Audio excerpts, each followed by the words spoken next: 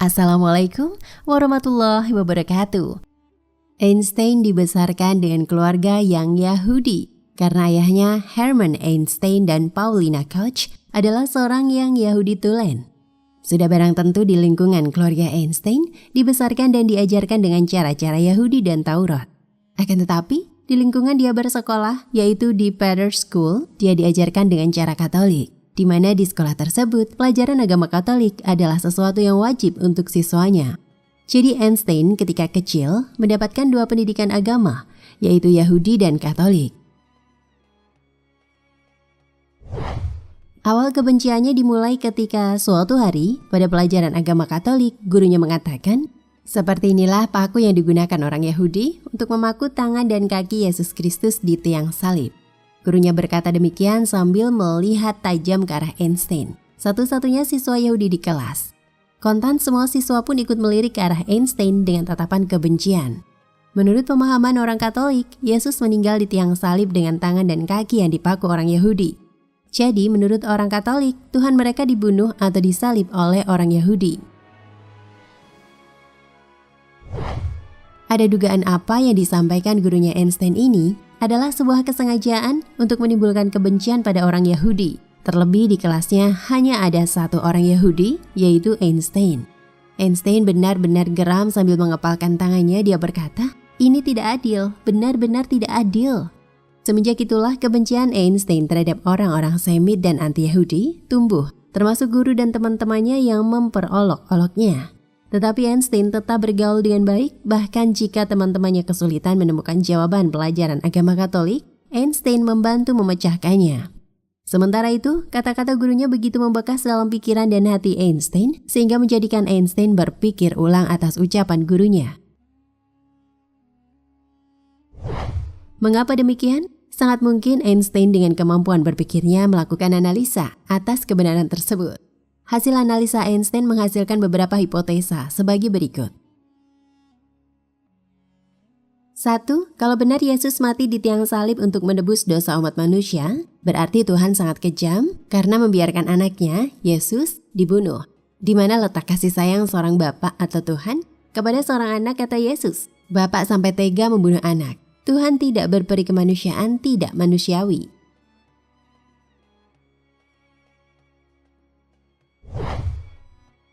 2.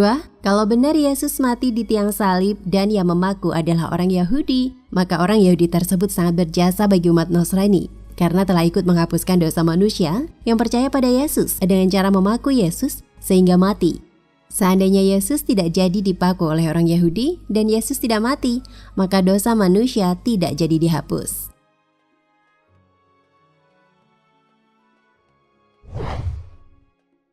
3. Kalau benar Yesus mati di tiang salib, berarti Tuhan tidak punya kuasa untuk melindungi atau membatalkan kematian Yesus. Berarti Tuhan tidak maha kuasa.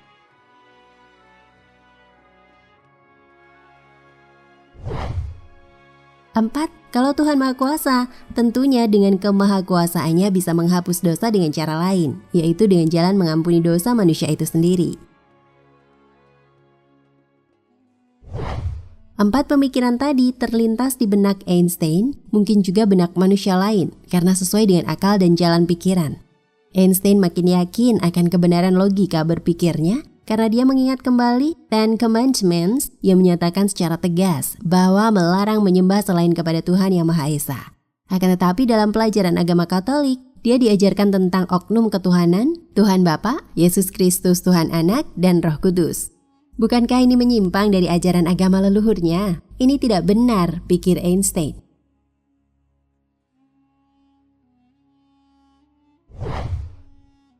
Injil yang tak masuk akal Einstein. Einstein mulai mengkritisi kitab Injil ketika ia lulus dari Politeknik menjadi seorang insinyur teknik dan sudah menemukan penemuan-penemuannya. Hal ini disengaja oleh Einstein agar pendapatnya mengkritisi Injil bisa didengar oleh para ilmuwan, juga usaha mencari jalan keluar kegelisahan hatinya. Kegelisahan hati Einstein terjadi adalah menentukan agama apa yang sebaiknya dipeluk oleh dirinya.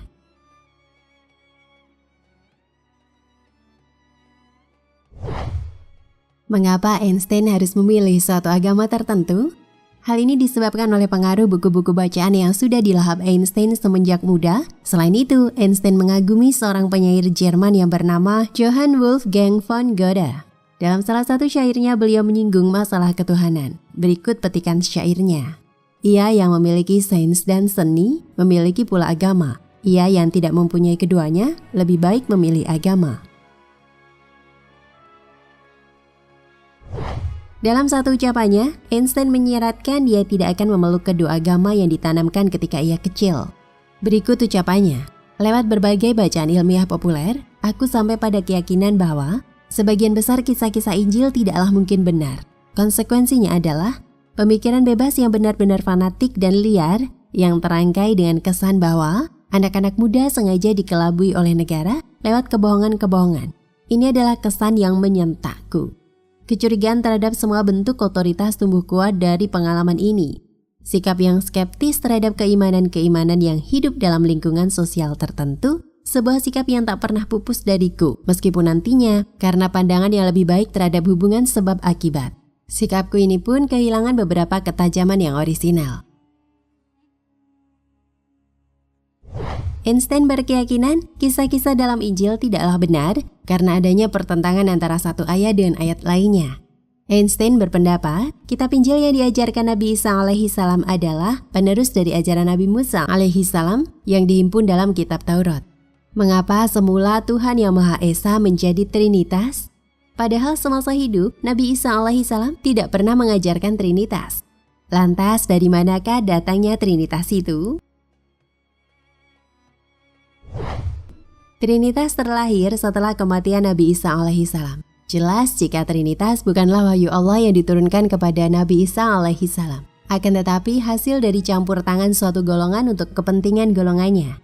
Tetapi dalam agama Nasrani, Trinitas tidak boleh dianggap politeisme, tapi monoteisme. Karena menurut filsafat keagamaan mereka, Tuhan Bapa, Yesus Kristus, dan Roh Kudus adalah suatu keutuhan tunggal.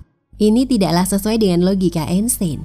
Ini sama halnya jika 1 tambah 1 tambah 1 sama dengan 1. Dikemanakannkah logikanya? Logika Einstein tidak bisa menerima itu.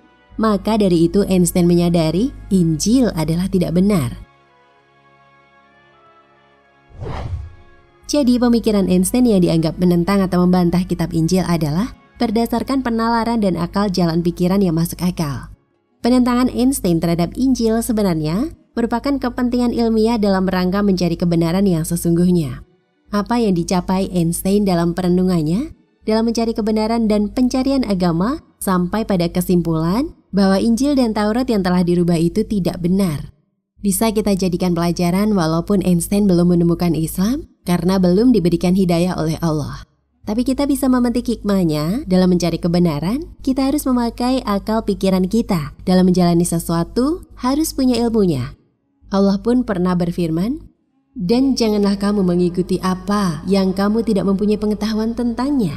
Sesungguhnya pendengaran, penglihatan, dan hati, semua itu akan diminta pertanggungjawabannya." Quran Surat Al-Isra ayat 36. Wallahu a'lam bishawab.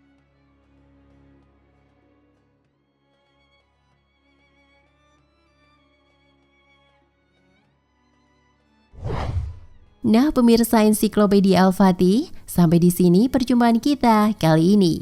Semoga menginspirasi.